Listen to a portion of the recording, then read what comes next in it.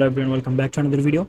In this video I'm going to show you how you can update any column value in MySQL.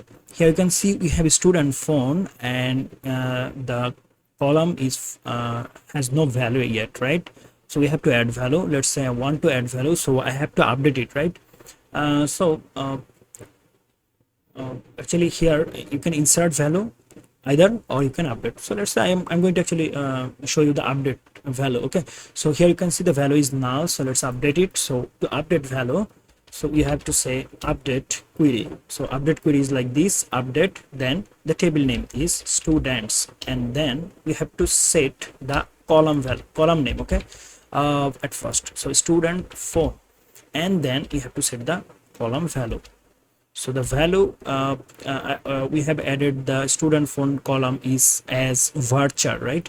So here we just have to give here a string value, let's say plus 88019999, and I'm going to set a condition because I need to mention that from which student actually I'm going to update it, right? So I'll say here where, and we have to know the unique key or primary key. So the primary key is student ID, right? So we have to say here student underscore ID is equal to let's say 101. Okay, and let me just copy it, execute it, go for the select query. So I'll say select all from students,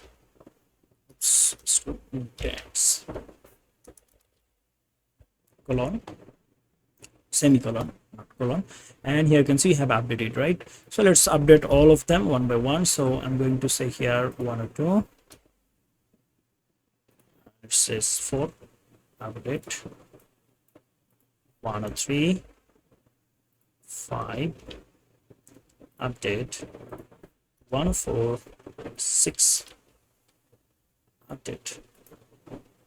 Okay, now let's go and select all the fetch all of them. So I'll say from the table name is students, semicolon, execute the query, and here you can see we have added all the value. So in our next video what can I say, I'm going to show you how you can actually delete or drop the column or table data.